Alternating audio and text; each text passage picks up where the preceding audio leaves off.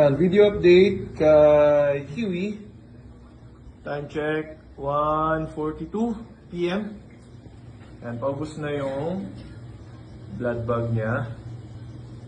Yan, ubusin na lang rin natin yung nasa line. Yan, mas malakas na siya ngayon compare kanina. And meron rin siya mga head movement. Kung mapapansin nyo, medyo nagpo-forward bigla yung head niya. Sabi ni Doc, most probably daw symptoms ito ng blood parasite. Ayan.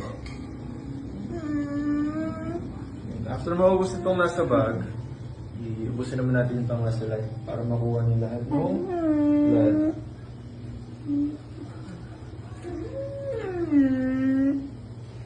Ayan, nagwa-wine din siya for some reason.